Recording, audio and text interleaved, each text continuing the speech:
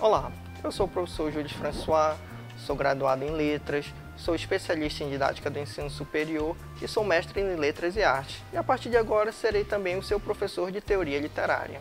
Em Teoria Literária nós vamos estudar e discutir alguns pontos importantíssimos para os estudos literários, tais como: o que é literatura? Você já se perguntou o que faz uma obra se tornar literária? É o fato de ser ficção? É o fato de ser fruto da imaginação? Ou será que é a forma em que ela é escrita? Ou talvez seja porque um grupo de especialistas decide que aquela obra é literária? Tudo isso é o que nós vamos discutir nesse ponto. Como a literatura funciona e que benefícios ela traz ao leitor? Será que literatura serve apenas por diversão? Apenas para entretenimento? Naqueles momentos em que você não tem nada melhor do que fazer?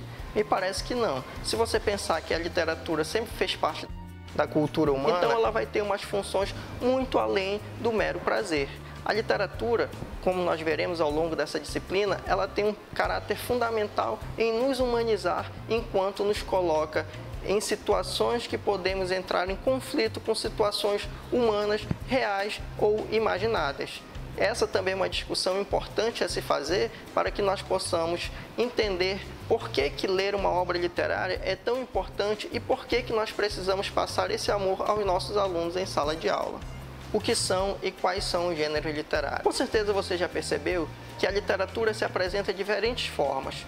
Na poesia, na música, no teatro, nos romances, que é a forma mais conhecida, até em revistas em quadrinho. Ou seja, a literatura ela está presente em diferentes manifestações da nossa cultura humana.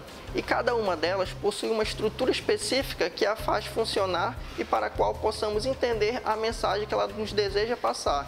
E são esses diferentes gêneros que a literatura possui que nós veremos também nesse tópico. Como e por que uma obra se torna clássica? Para uma obra literária se tornar clássica, depende de muitos fatores. Afinal de contas, há textos que já têm 500 a 2000 anos, enquanto outros sequer se tornam conhecidos na época em que eles foram produzidos.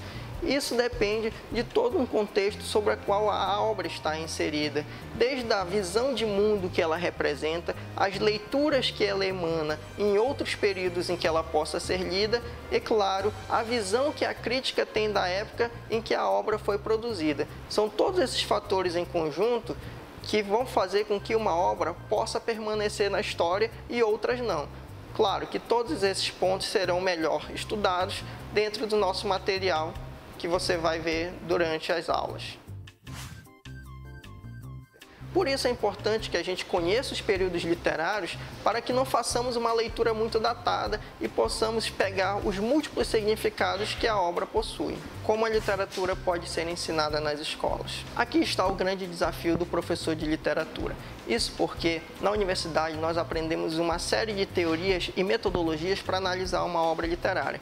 Só que dentro de uma sala de aula de ensino fundamental e médio, nós não podemos colocar toda essa teoria para os nossos alunos. O processo é um pouco diferente. O que nós precisamos fazer é, primeiro, passar uma leitura de obras que são essenciais para a sua formação, dentro da questão da humanização que nós falamos anteriormente, fazer com que esses alunos tomem gosto para a literatura e fazer sim uma leitura crítica da obra e do momento em que ela foi produzida e do momento em que ela está sendo lida.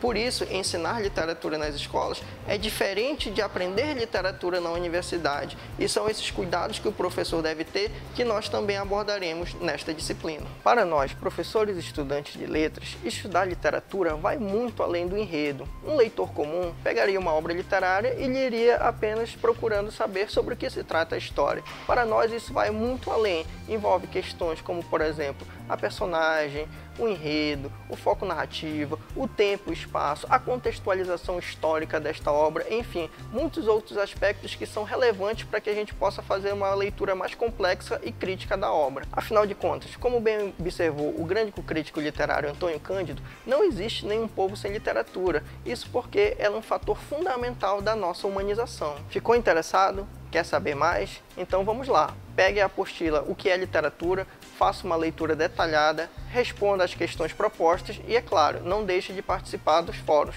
Bons estudos!